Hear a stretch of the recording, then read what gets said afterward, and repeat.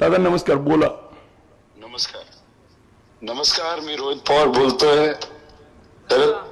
तर तुमच्यापाशी मला पोचायचं होतं, पण आज 5-6 ठिकाणी सभा होत्या आणि त्या सभेमध्ये जाता जाता थोडा उशीर झाला, पण तरी सुद्धा मी महाड येतोय.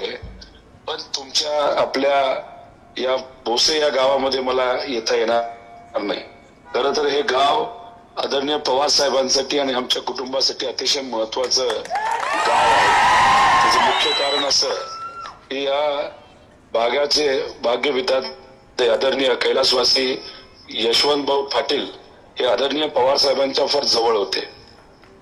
म्हणजे साहेबांवर त्यांचं इतकं प्रेम होतं आणि साहेबांचं त्यांचं इतकं प्रेम होतं की साहेब कधी कधी माड्याबद्दल जेव्हा बोलतात, त्या भागाबद्दल जेव्हा बोलतात, तेव्हा भाऊंचा उल्लेख केल्याशिवाय पवार साहेब कधीही बोलत नाहीत. एवढं प्रेम आणि विश्वास आदरणीय पवार साहेबांचा त्यांच्यावर होता.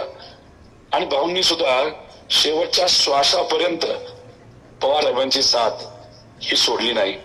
तसंच आदरणीय राजू बापू पाटील सुद्धा आदरणीय पवार साहेबांबरोबर ते राहिलेत आणि पवार साहेबांसाठीच ते शेवटपर्यंत तिथं लढत राहिले.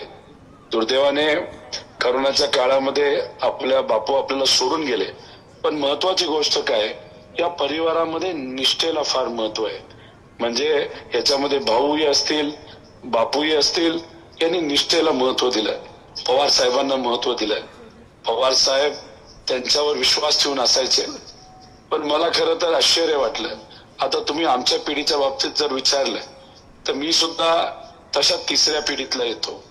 मी फक्त सत्ता, पैसा आणि एखादं पद याचा विचार केला असता तर मी सुद्धा पवार साहेबांना सोडलं असतं आणि या सत्तेत जाऊन मंत्री झालो असतो. पण शेवटी मराठी माणसं निष्ठ देतात. आपण सर्वजण स्वाभिमानी माणसं आहोत. मराठी माणसं कधी गद्दारीला नाहीतर कुणाच्याही व्यक्तीला कुठेही असं कधी तिथं वागत नाही. हे पवार साहेबांनी तिथं पाळलं, हे भाऊंनी तिथं पाळलं, बापूंनी तिथं पाळलं. आणि बापूंवर तुमची आस्था, पवार साहेबांवर आस्था, गाव म्हणून तुम्ही विचाराबरोबर राहिलात. बापू आणि भाऊंबरोबर तुम्ही विचारासाठी राहिलात आणि ते तसे एकनिष्ठ होते. आणि एकनिष्ठता ही आपल्या सर्वांना भावते आणि आवडते. मी सुद्धा विचाराला पक्का होतो. आमिषाला आहारी न जाता मी विचाराची साथ नाही सोडली, माझ्या आजोबाची साथ नाही सोडली, माझ्या नेत्याची साथ नाही सोडली, शिवशाहू फुले आंबेडकरांच्या विचाराची साथ नाही सोडली. माझ्या मतदारसंघातल्या लोकांनी मला पवार साहेबांकडे बघून निवडून दिलं, मग मी माझ्या लोकांची, मतदारसंघाच्या लोकांची साथ नाही सोडली. खरं तर माझी अपेक्षा होती की पाटील कुटुंबातली जी पुढची पिढी आहे ते सुद्धा कुठेतरी निष्ठेला पक्के राहतील, आदरणीय पवार साहेबांबरोबर राहतील, विचाराबरोबर राहतील. थोडस वाईट वाटतंय, खरंच हृदयाला वेदना होत आहेत. पवार साहेबांना ही गोष्ट जर कळाली त्यांना सुद्धा खरं तर विश्वास बसणार नाही. मला तर एक विनंती करायची, ठीक आहे काल पाठिंबा दिला असला तरी अजून वेळ गेलेली नाही. एकदा भाऊंचा आणि बापूंचा विचार निर्णय घ्यावा. आज रात्री नाही तर उद्यापर्यंत तिथं परत एकदा पाठिंबा अभिजित धनंजय पाटील हे आपले जे उमेदवार आहेत, पवार साहेबांचे उमेदवार आहेत, त्यांना तिथं द्यावा. पण ही विनंती करून सुद्धा जर ऐकलं नाही तर मग मी मायबाप जनतेला विनंती करतो की शेवटी निर्णय तुम्हाला घ्यायचा आहे. प्रत्येक व्यक्तीला जे काही मतदानाचा अधिकार आहे तो तुमचा आहे आणि तुम्ही सर्वजण, आपण सर्वजण स्वाभिमानी आहोत. आणि मग पवार साहेब आज 85 वयाचा असताना सुद्धा या महाराष्ट्रामध्ये फिरत आहेत. त्यांच्या पिढीतला एकुलता एक नेता म्हणून या महाराष्ट्र धर्म वाचवण्यासाठी, शिवशाहू फुले आंबेडकरांचा विचार वाचवण्यासाठी गुजराती नेत्यांच्या विरोधात, गुजरातशाहीच्या विरोधात आपला एक वस्ताद तिथे एकटा लढत आहे.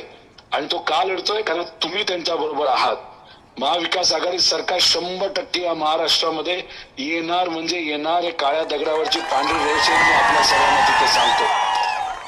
पण असं होत असताना प्रत्येक उमेदवार, आमदार आपल्यासाठी महत्वाचा आहे. त्यामुळे भोसे इथं असतात सर्व स्वाभिमानी जनतेला मी विनंती करतो, आदरणीय पवार साहेबांच्या वतीने विनंती करतो की अभिजित धनंजय पाटील अनुक्रमांक 2 चिन्ह हे तुतारी वाजवणारा माणूस असा आहे, त्यांच्या पाठीमागे आपण सर्वजण भक्कमपणे उभा राहाल. जिल्हा परिषदचं इलेक्शन नाही, पंचायत समितीचं इलेक्शन नाही, हे ग्रामपंचायतचं इलेक्शन नाही. ते जेव्हा इलेक्शन होतील तुम्ही त्याबद्दलचा निर्णय तुमच्या लेवलला घ्या. पण हे महाराष्ट्राचं इलेक्शन आहे आणि याच्यामध्ये उमेदवार हा पवार साहेबांनी दिलेला आहे. मी आपल्या सर्वांना विनंती भाऊ आणि बापूंच्या वतीने करतो, हे महाराष्ट्राचं इलेक्शन आहे. बापू आणि भाऊंच्या घरातलं कोणी तिथे उभा नाही. आज हे इलेक्शन लढत असताना पवार साहेबांकडे बघून, विचाराकडे बघून, शेतकरी म्हणून, कष्टकरी म्हणून, स्वाभिमानी मराठी माणूस म्हणून तुम्ही सर्वजण अभिजित धनंजय पाटील यांच्या पाठीमागे भक्कमपणे उभा राहाल असा विश्वास व्यक्त करतो. ते तर आमदार होणारच आहेत. पण एक गोष्ट सांगतो की आपल्या गावातून लीड ही 100% आपल्या उमेदवाराला मिळेलच. आणि माझा शब्द या ठिकाणी आपल्या सर्वांना आहे की अभिजित भैया पाटील आमदार झाल्यानंतर आदरणीय पवार साहेबांना स्वतः मी आपल्या गावामध्ये घेऊन येणार. आपल्या गावाला फक्त काय करायचे ते लीड द्यायचे. तिथे आल्यानंतर तुमचे जे कुठले विषय असतील, भाऊंच्या बापूंच्या आठवणी असतील, त्या तुम्ही, मी, आपले आमदार अभिजित पाटील, खासदार आणि तुम्ही, आपण सर्वजण मिळून या बाबतीतली चर्चा करू. एवढंच या ठिकाणी आपल्या सर्वांना शब्द देतो. विकास कामं ह्या सगळ्या गोष्टी आहेतच.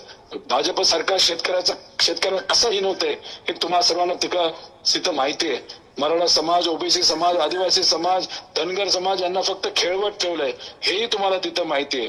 पण स्वाभिमानाच्या लढाईमध्ये पवार साहेबांबरोबर राहावं, तुम्ही राहाल असा विश्वास व्यक्त करतो. आणि भोसे या गावातून आपल्या उमेदवाराला खूप जबरदस्त लीड त्या ठिकाणी द्याल असा विश्वास व्यक्त करतो. पवार साहेबांना सुद्धा आपल्या सगळ्यांचा संदेश देतो. तिथं उपस्थित असणाऱ्या सर्व स्वाभिमानी मतदारांना मी विनंती करतो, पवार साहेबांना मी आश्वासित करू का भोसे गावाच्या वतीने 100% करू का? पवार साहेबांना सांगू का की तुम्ही सर्वजण या महाराष्ट्राचे भूमिपुत्र, या महाराष्ट्राचे स्वाभिमानी नागरिक, भाऊंचे, बापूंचे खंदे समर्थक आदरणीय पवार साहेबांबरोबर 100% आहात. आणि भोसे या गावातून 100% लीड पवार साहेबांच्या पक्षाला तुम्ही द्याल हे शब्द तुमच्या सर्वांच्या वतीने आदरणीय पवार साहेबांना मी देतो. असं शब्द इथं देऊन मी थांबतो. जय हिंद, जय महाराष्ट्र, रामकृष्ण हरी.